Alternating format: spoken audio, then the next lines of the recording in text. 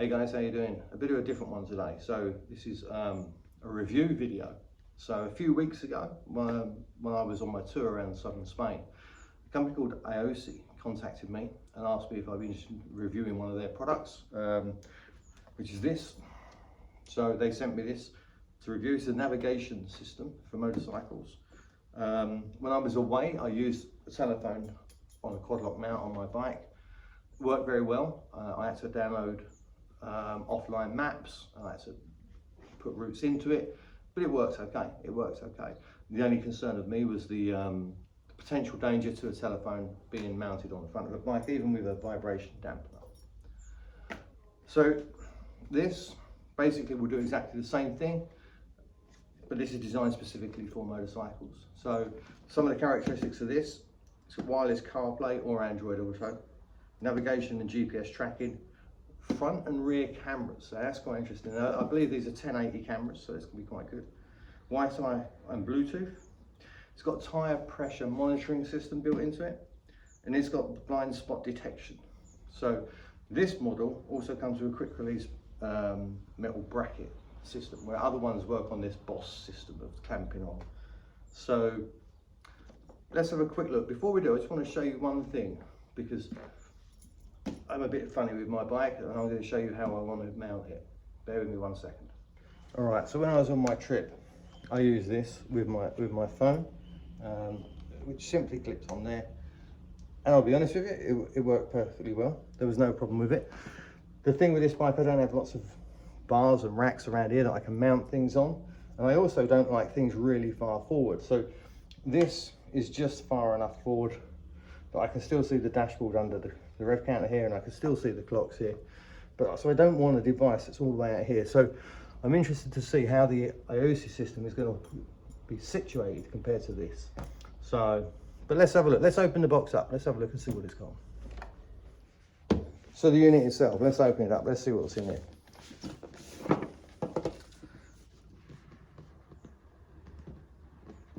It opens. There we go. Okay, so the unit itself, it's not a bad size. One single plug on the back, a RAM mount there. Looking at the size of my phone, my old phone, compared to the unit size. So this is an iPhone XS Max. It's actually just a fraction bigger. So that's good, that's a good size. I don't want anything too big, but I also don't want anything smaller. So that's a good size. The back of it looks like quite an easy mounting system. Okay, inside we have a couple of brackets by the looks of it. Tyre pressure monitors. So these will just go over the dust caps on the tyres. I think that's a spanner of some sort. This is a camera. Let's open that up. Let's have a quick look at the camera. Yeah. So one small camera. That's cool. Again with screws. This is, what is this? Oh, okay, this is a remote control to go on the dashboard. Yeah, small remote control. I assume that you can't control the buttons from there, so perhaps you have to do it from this, I don't know. Home telephone, and I assume that's camera reversing. Okay, yeah, that looks pretty good. It always amazed me, the remote controls for devices that are within hand's reach, but there you are, there you are. This is the GPS module, I guess. So, yeah, okay, that's easy enough. Okay, so this is the wire connection block, I guess, that goes from the back of the unit in that one major plug splits off into 5. Actually, that's quite good. They're all labelled. That's good. And they're also all colour coordinated, apart from the GPS and the front camera are both black. However, they both have, GPS has 5 pins and the camera has 4. So, yeah, easy enough. I'm not sure what that is then. It just says ground. I don't know what that is. Maybe that's the blind spot detection system. I have no idea. We'll come back to that. Okay, tool pack, every single tool you'll need, plus a screen protector, plus zip ties. That's handy, that's good to have.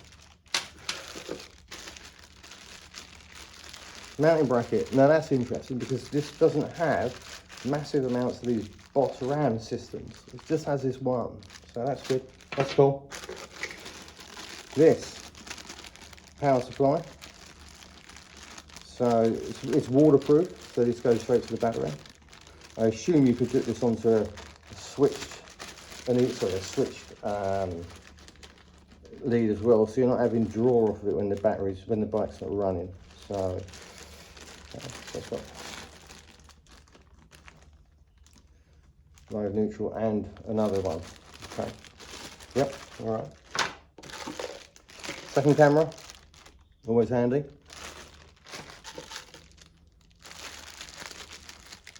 This thing, whatever that is.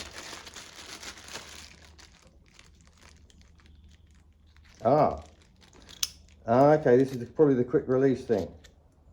Okay, that's fair enough. Yep, no worries. 64 gig SD card, that's handy. I believe with this system, if you record and you carry on recording, once the SD card is full, it will just overwrite what's previously recorded. But I believe this has a system, if this system detects an impact, it will store what is saved. It will store the recording, and it won't write over it. So you have it for insurance reasons. So that's good, that's good.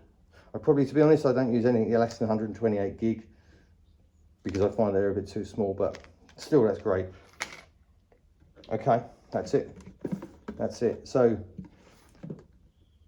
first glance, I think it looks like a really good system. It looks good quality. There's nothing cheap about it. There is one major flaw at the moment that I've found, and there's no instructions anywhere. So, for example, this thing, I assume this is the blind spot detection system, but that's all it is. It doesn't tell me anything.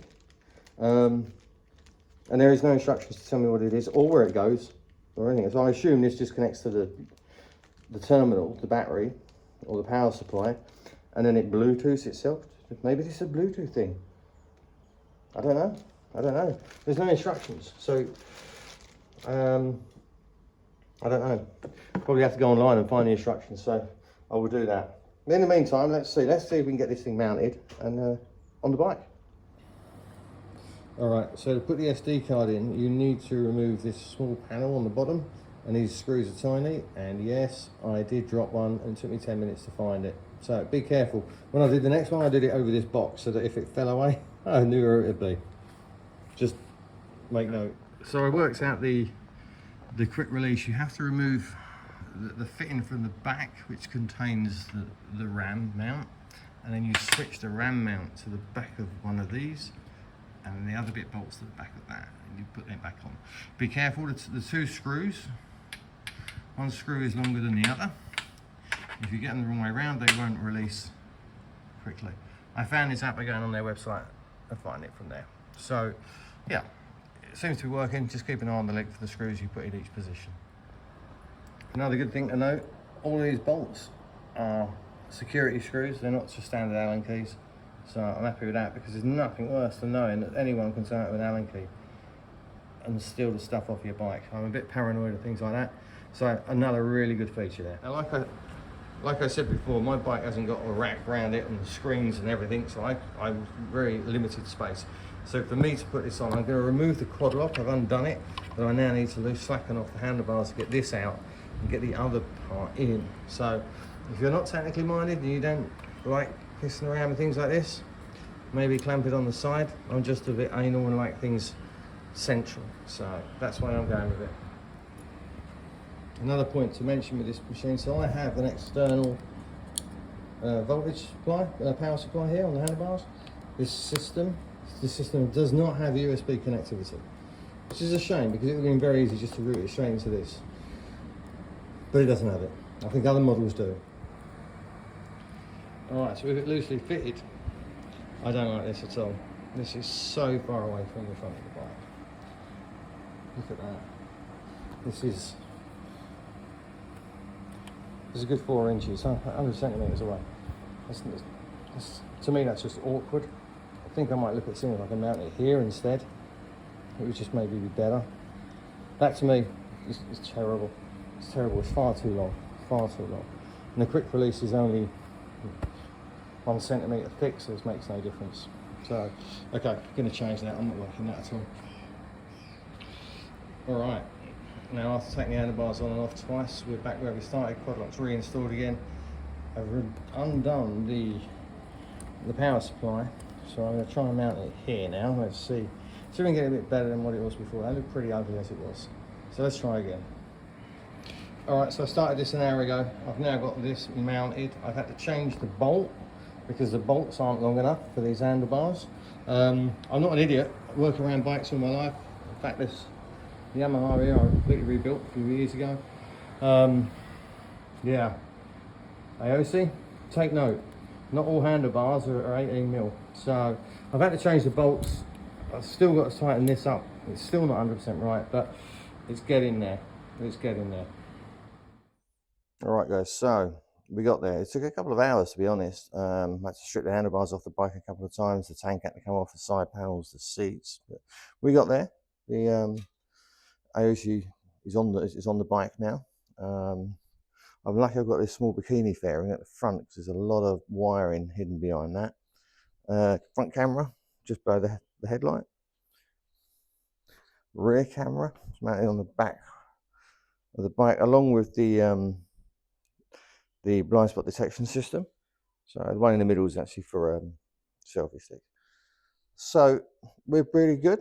So far the installation went well. It is quite complicated. There's one thing I do like about this is that it needs to be wired into the ignition circuit. So when the bike is shut off, there's no draw, which is great. So the battery is not being killed off by the device. The other thing I would have liked to have seen would have been the USB plug, so I could plug it in straight into a USB supply, but that doesn't exist. So, but yeah, so I've been through the features and everything's working correctly. The only thing I can't test is the music system. I don't have a Cardo, but I'm going to plug in my AirPods and just see how that works. So, and then probably get a Cardo in the near future.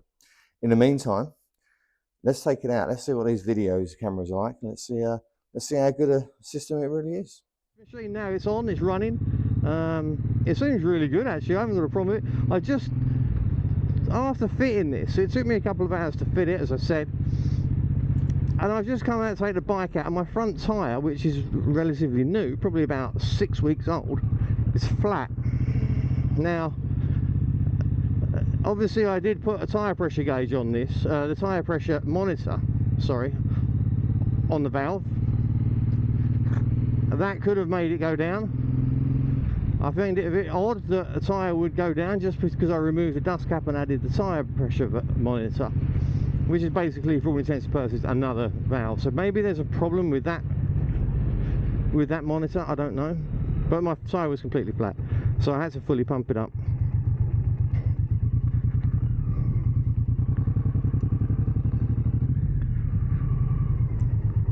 Other than that, so far it's doing well. I've got the maps on at the moment. I've plugged in a location, but I'm not going where it says. I just wanted to see what it looks like. It looks pretty good. So let me just have a check. Yeah, it's looking all right. You can expand it and make it smaller. Oh, I've expanded so big I've got fucking way out of town. Just centralise again and away you go. Yep, all good. So the device itself, to be fair, it's doing alright, actually. It's doing alright. I did test the sound out. I plugged in my my AirPods and it works and it controls them perfectly, so that's all good. So at the moment my only concerns with this really are,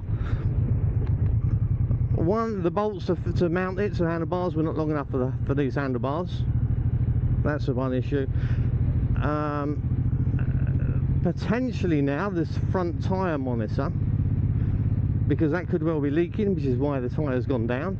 I've took them off for the front and the back.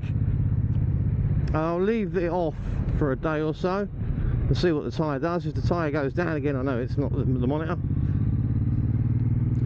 Only other concern I had was the fact that you couldn't plug this into a USB. So, but the plus on that, you do need to wire it into a switch system. So when the engine's off, it's not drawing power from the battery, which is brilliant, because that's something that I was concerned about. So overall, I think generally it's extremely good. A couple of little bits I want to look at still, but overall I think I would recommend it. Now, Aoocci have given me a promo code if you want to buy one of these. If you use the code Steve22 at checkout, all in capitals, you'll get 22% off.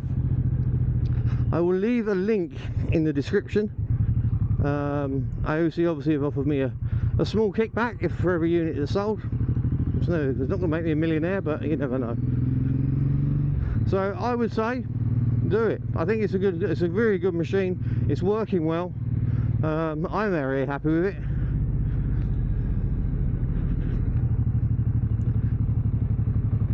Everything's there, everything's going well. Yeah, a good machine. If you're not sure, I'm sure there's plenty of other people doing reviews of these devices. Hit them up, have a look, and see what you think. Personally, I think it's good. I need to unassociate the tyre pressures, because that's not genuine anymore, because then the sensors aren't on there. Other than that, I think it's a great little machine.